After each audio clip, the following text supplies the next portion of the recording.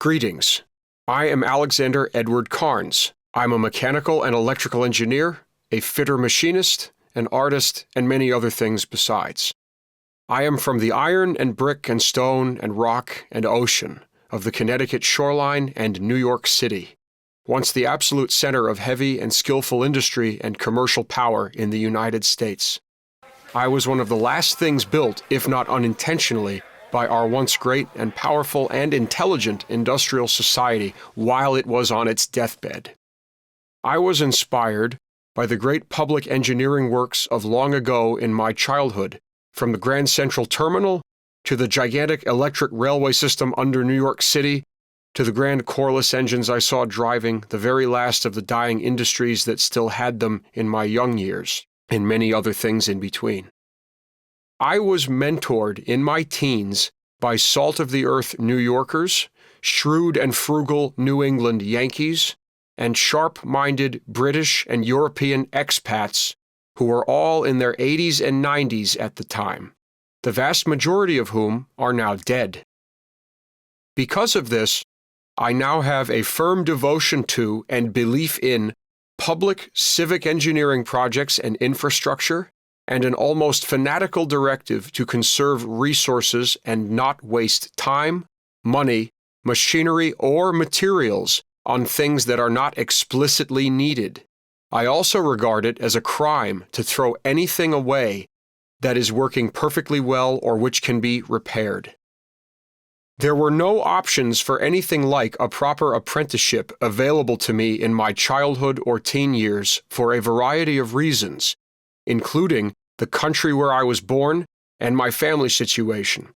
And most of my mentors died on me before even a fraction of their experience and teaching could be conveyed. As such, I was forced to continue by self-teaching most of what I now know and do, and will most likely be doing so forever. I come from a broken family and from no meaningful name or resources. Everything I achieved, I had to achieve the hard way and mostly without help.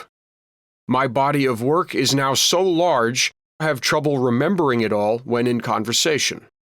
Unfortunately, despite this body of work, and due to quite a lot of unfortunate circumstances within the last half-decade, there has not been much of what I would consider meaningful progression forward in my life.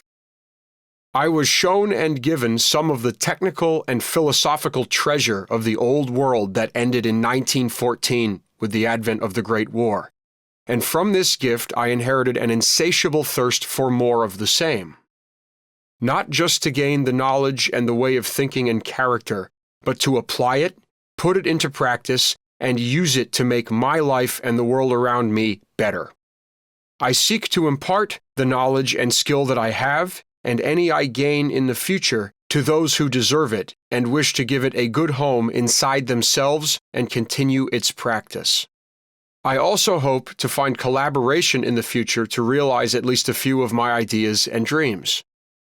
I work with the steam engine because it is my medicine.